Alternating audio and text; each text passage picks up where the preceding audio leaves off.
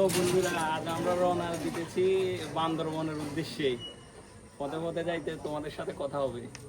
ওকে বন্ধুরা, আস্তে আস্তে আমরা হাইওয়ে ভিডিও করতে পারি নাই। একটা কারণ হচ্ছে প্রচুর পরিমাণে আমাদের বৃষ্টি ধরছিল।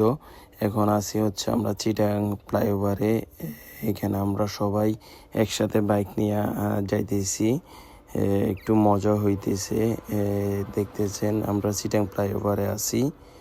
তো বন্ধুরা, এখন আমরা আছি কর্ণফুলী ব্রিজের। রাত বাজে হচ্ছে 3টা। একটা অনেক ওয়াও ভিউ, সেই এই নোয়াখালী পোলা মনে আসনি রে।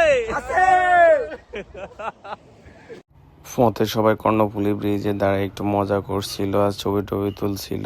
রাত্রের কর্ণফুলী ব্রিজটা দেখতে অনেক সুন্দর।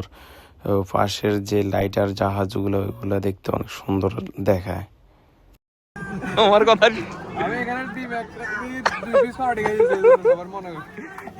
সবার মতামত বলো না। বান্দরবন থেকে রওনা দিয়ে আস্তে আস্তে শৈলপ্রপাত ঝর্ণা পর্যন্ত সকাল হয়ে গেছে। এখন আমরা শৈলপ্রপাত ঝর্ণাতে নামবো এবং তার ভিউ উপভোগ করব। আমরা এখন চাইতেছি হচ্ছে শৈলপ্রপাত ঝর্ণাতে। হ্যালো বন্ধুরা, আমরা এখন শৈলপ্রপাত ঝর্ণাতে এসেছি। ভিউটা অনেক অস্থির। আমরা এখন যাব হচ্ছে ওয়াই জংশনে। ওয়াই জংশন থেকে আমরা পারমিশন নেব হচ্ছে রুমার জন্য।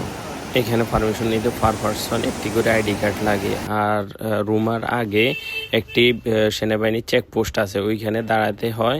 ওইখানে দাঁড়িয়ে পার পারসন 50 টাকা করে খরচ দিয়ে তারপর রুমার উদ্দেশ্যে রওনা দিতে হবে।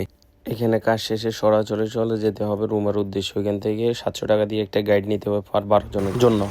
ও, এই জায়গাতে না দাঁড়ানোটা মানে অস্থির। আপনি যদি বগালেকে একদিন স্টে করেন, সম্পূর্ণ গাইড খরচ, খাওয়া খরচ, থাকা খরচ, গাইডের সম্পূর্ণ সবগুলা আপনারা বহন করতে হবে। মেঘের উপরে সূর্য উঠতেছে, অনেক ভিউটা অনেক সুন্দর লাগতেছে। সবাই এই ভিউটা উপভোগ করতেছে।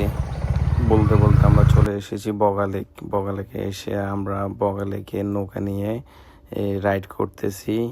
অনেক মজা লাগতেছে। ভিউটা যথেষ্ট পরিমাণ ভালো।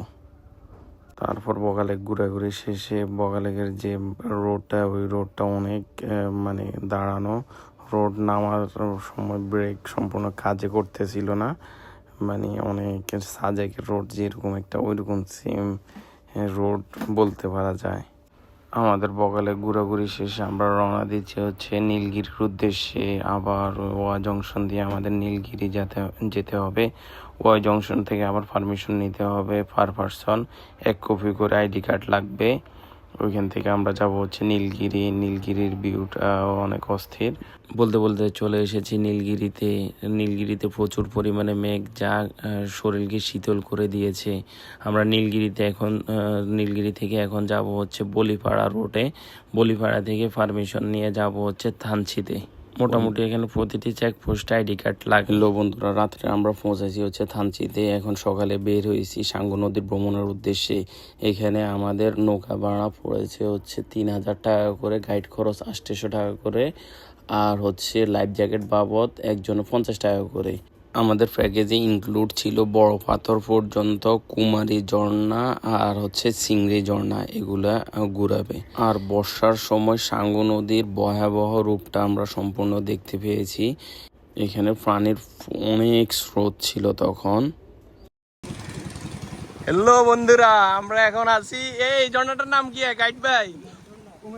কুমারী ঝর্ণাতে যাইতেছি। সবাই ট্রেকিং করে যাইতেছি। এই সাঙ্গু নদী দেখা যাইতেছে, সাঙ্গু নদীর নৌকাগুলো চলতেছে।